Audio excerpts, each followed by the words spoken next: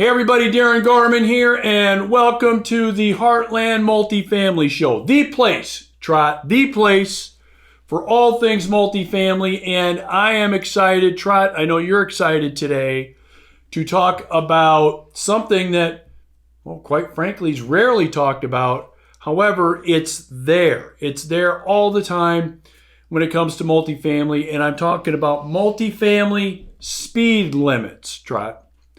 Multifamily speed limits. Now, we'll probably have quite a few of our viewers or listeners wondering, what the hell are you talking about with speed limits and multifamily? Like the ones you see in the parking lot? What do you mean? I'm confused. Well, we are going to break through that confusion, and we're going to talk about multifamily speed limits, how these speed limits affect you, and what you can do about them when it comes to investing in multifamily, either passively or actively. Okay, but before we get into that, Trot, a couple of quick things. Number one, if you like what you hear on this episode, if what Trot and I talk about here resonates with you, make sure you click that subscribe button. We'd love to have you join us and subscribe to the channel, obviously, but we want to make sure you get access to future episodes, right? And some of those past episodes too, because there's a lot of value there. So don't forget, during this episode sometime, click that subscribe button, and we want to hear your comments. We'd like to have some dialogue with you regarding what we're going to be speaking about with multifamily speed limits. So make sure you leave us your comments so we can have some dialogue with you. We'd love to do it. Welcome to the Heartland Multifamily Show, the shorter, more profitable path to multifamily ownership and investing.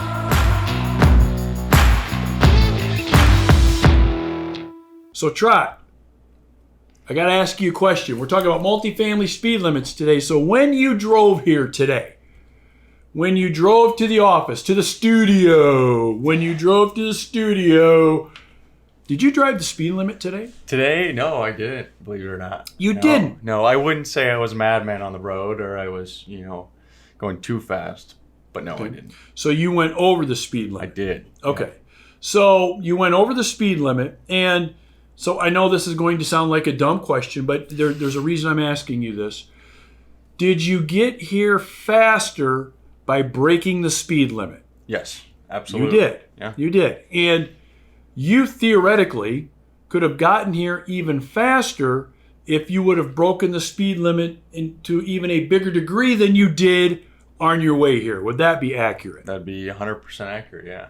Yeah, exactly. Now, let's pretend for a second that you decided to drive at the speed limit or maybe even a little below. You felt a little conservative today. You wanted to be careful. You wanted to limit your risk today, okay? So you drove maybe a couple miles under the speed limit. Similar to the way when you're following somebody with a handicap license plate on their car, they're usually going below the speed limit, right? Right. Because they're being careful. They're avoiding risk. Now, if you would have done that, would you have gotten here maybe a little bit slower? Yes, yeah. Late almost. Yeah, probably a lot slower. Yeah. Right?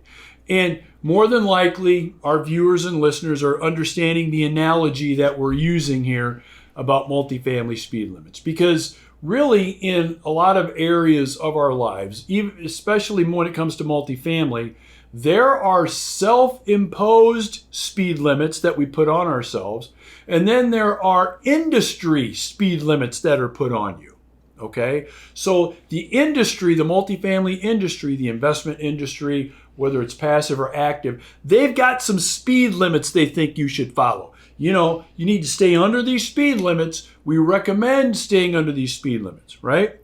And then there are speed limits that we put on ourselves in terms of how fast we're going to go, how quickly we should be doing something, how much action we should be taking when it comes to things. And of course, we're talking about multifamily, right?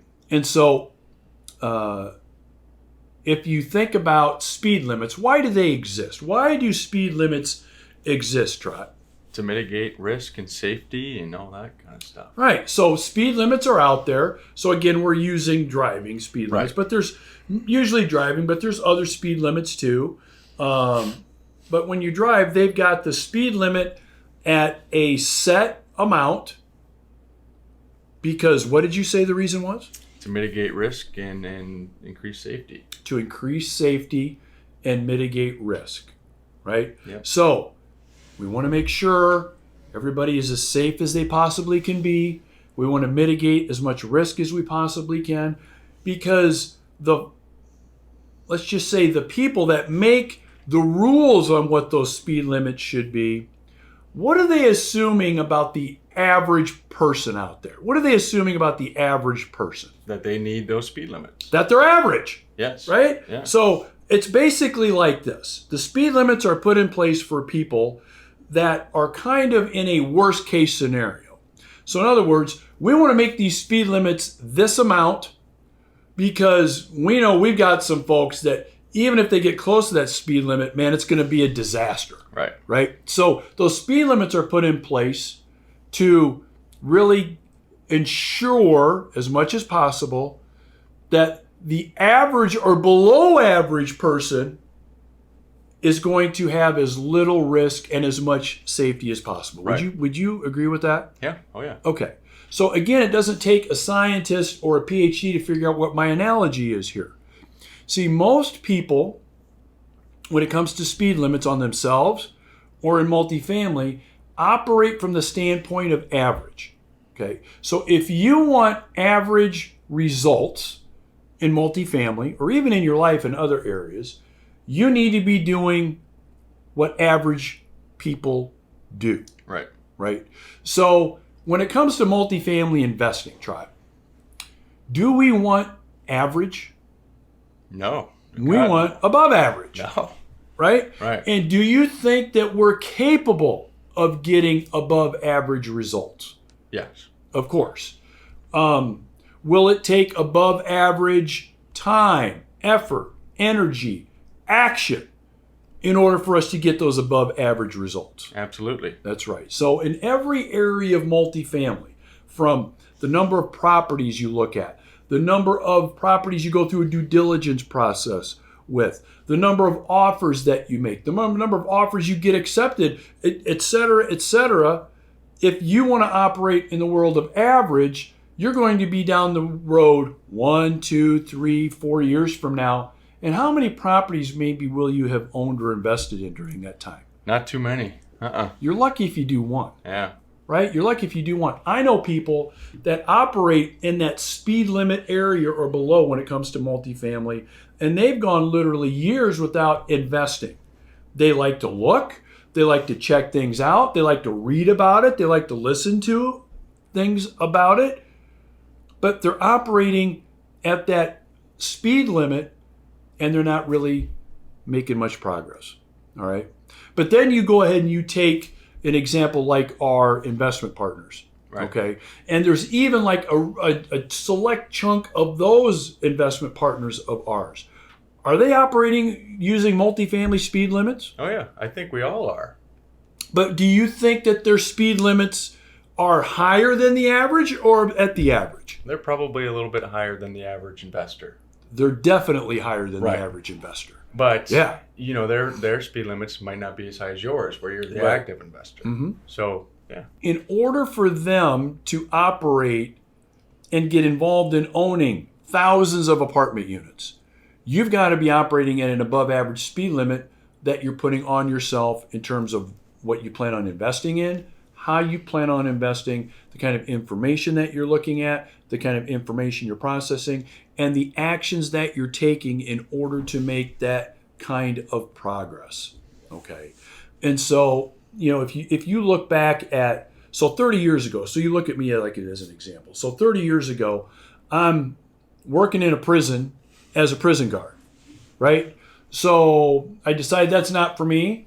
And my story is available in other places on my channel and in other places. So I won't take a half hour to go over my story. But let's just say 30 years later, here I am.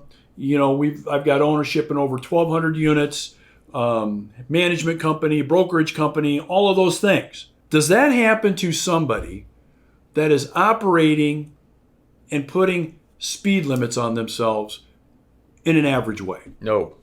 No way. It can't. No. And we could go ahead and you and I could give dozens of examples. Many of them are investment partners that started with the process of, hey, I'm going to own multifamily property, but I'm not just going to own it. I'm going to make this a part of how I am going to create financial impact in my world. Financial impact on me, financial impact on, like people you care about, right, and financial impact on like charities and those kinds of things. So I'm not going to just go the speed limit here. I'm putting my foot down on the gas and I'm freaking going past that speed limit because I want to achieve those results bigger and faster than the average person putting multifamily speed limits on themselves, right? And we know some of those people, and they've done an excellent job of that. If I'm kind of new to multifamily and I'm out there maybe looking for my first or second or third property, okay, and I'm listening to this and I'm kind of wondering to myself, maybe I am kind of putting some speed limits on myself. Maybe consciously or subconsciously, I'm putting the speed limits on my progress by the amount of action I'm taking, by the amount of work that I'm doing, the time and the energy into this.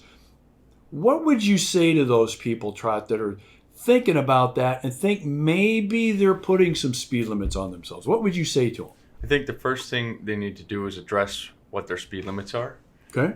They got to figure out what's holding them back, Right. and then they have to analyze how they can raise those speed limits or eliminate them. Mm-hmm. So it's a lot of reflection. Again, it's conscious or subconscious. You never Yep. know. Until you sit down and actually think about it. And then once you're able to figure out what they are, then you can analyze it, and then you can either remove it or raise the speed limit. Yeah.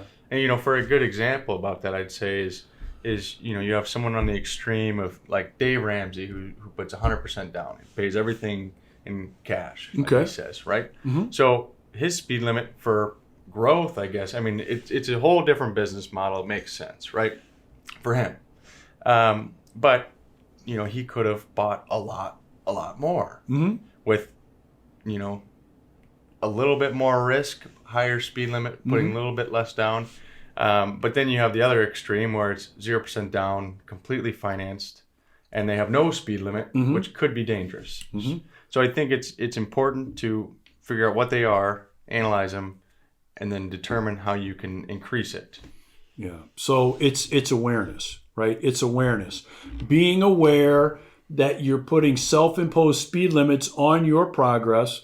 And to your point, there's differing degrees of that. And there's really no wrong answer here. No. But at the end of the day, you can't be 10 years down the road and say to yourself, well, man, I wish I would own twice as many units as I do now, or I wish I would have gotten twice as many results. And you don't want to be in that position. So, yeah, it's the awareness part of it. And then once you're aware of it, what, if anything, are you going to do about it? What kind of actions are you going to take without being reckless? So obviously, we could go beyond the speed limit, and our chances of getting into an accident, maybe even a near fatal accident, increase, don't they? By quite a lot, Yeah. too. So, there's, of course, degrees to this, but it's the awareness of it that you're talking about. And I think that is, super, super important. So what I would tell our listeners and our viewers, and let's wrap this up, okay? The multifamily speed limits, they're there. They're out there. Your progress that you're going to make as a multifamily owner and investor is really going to be based in large part by how much or how many speed limits you put on yourself. But make sure you understand two things like we discussed. Number one, be aware of it. Be aware that, more than likely, you're putting some speed limits on yourself. And it's probably limiting what you're being able to accomplish. Okay, so that's number one. Number two, know that speed limit is really for the average person. There's no wrong answer. If you want to be average, fine, be average. Okay, but the speed limits are created for those that are average and even below average. And so if that's what you want, follow the speed limits. But if you don't want that, you need to be surpassing the speed limits as much as you can. And then the third point about that, the number 3 point about that is, of course, there's a point of where you're going way too fast, running way too hard, taking way too many risks. Okay, you don't want to be doing that either. So the answer to that is the awareness of the experience that you'll gain along the way. So then you'll start to have that ability of knowing exactly where that speed limit really needs to be. And then keeping it at that speed limit as much as you can, knowing that speed limit better damn well be above the average speed limit, right? Right. Okay. So multifamily speed limits. It's real. Speed limits are real. Think about what kind of speed limits you've been putting on yourself, knowing that you've got the awareness of this now. Think about as you now move forward with your multifamily future, building your multifamily empire, Trot, that you're going to be more than likely consciously or subconsciously putting speed limits on yourself. But it's this kind of awareness that will allow you to not only recognize it, but allow you to work with it and then allow you to surpass it. Right? Right. Yeah. So any final word on speed limits at all when it comes to multifamily? I'd say the last thing I think that everyone should know is I don't think Darren is saying that this is I know he's not saying it's a get rich quick scheme. We're talking about faster, but it's still a long-term game, right? So it's not, Great point. Yes. Great point. Yeah. I mean, how many times do we say this is long-term? A lot. I mean, we're looking at properties right now, right? We're discussing them, and what's the first thing we're saying when we're looking at them? It's a 20-year project. Long-term. This is a long-term deal. So, yeah, I mean, that's a great point. You are exactly right. We don't want anybody to think that you can start in multifamily on Monday and you've broken all speed and sound barriers by Friday and you've got 5,000 units you own. That's a recipe for a disaster, right? We know that. It is a long-term game. But understanding it's a long-term game, back to the awareness thing, and then knowing that you've got to surpass those speed limits to get to where you want to get to faster in that long-term game is really where I think it makes a lot of sense. Awesome. So, Trot, thank you for joining me today and talking about multifamily speed limits. Thank you for joining us today on the Heartland Multifamily Show, the place for all things multifamily. And again, if you like what you heard on this episode, we'd love to hear from you. So, hey, leave some comments below. Let's have some dialogue. And make sure you click that subscribe button, not only to make sure that you are going to be able to never miss out on any future episodes, but also get access to those past episodes where there is just a ton of value. Trot, thank you very much. Thank you. All right, have a great day. We'll see you.